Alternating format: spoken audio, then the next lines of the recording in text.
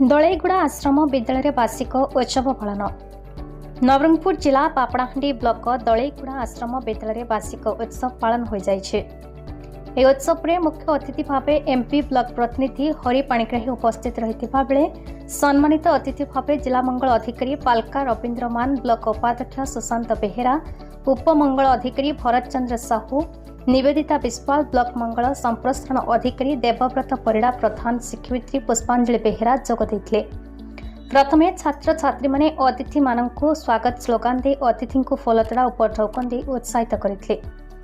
विद्यालय गणेश भगवान प्रतिमूर्ति रे 9910 प्रदीप प्रज्वलन करी कार्यक्रम को आगे नेथिले।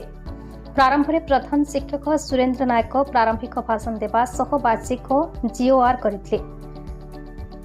मुख्य अतिथि छात्र छात्री माने किपरि भविष्य गढ़िबे से उपरे सुंदर भाव वक्तव्य प्रदान करथिले। सम्मानित अतिथिगण मनीष समाज रे शिक्षार आवश्यकता एवं गुरुत्व उपरे अनेक प्रकार उदाहरण दे छात्र छात्री माननकु अमूल्य उद्बोधन देथिले।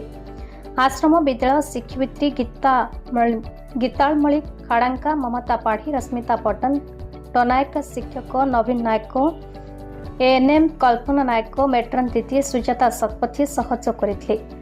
सुदाम चरण सेठी मंच परिचालना करथिले। परिशेष रे सांस्कृतिक कार्यक्रम अनुष्ठित होइतला। कृतित्व छात्र छात्री माननकु अतिथि मानक द्वारा पुरस्कार प्रदान करा जायतला। अन्य माननक मध्य पात्री आश्रम विद्यालय प्रधान शिक्षक संतोष कुमार त्रिपाठी, जटापाल आश्रम विद्यालय प्रधान शिक्षक रेलदास, लावण्य पद्र आश्रम प्रधान शिक्षक खेमाकर्ता, गौरतराजा मानिका आश्रम विद्यालय ऋषिकेश मिश्र, गरुजगुजा आश्रम विद्यालय प्रधान शिक्षक लक्ष्मण माझी, कौकी आश्रम विद्यालय प्रधान शिक्षयित्री सरस्वती जी बेहेरा, चंद्रपुर आश्रम विद्यालय प्रधान शिक्षक दशरथ काली, धनशूली आश्रम विद्यालय बन सिंह नायक समेत बहु छात्र छात्री, अभिभावक, ग्रामवासी माने उपस्थित थे।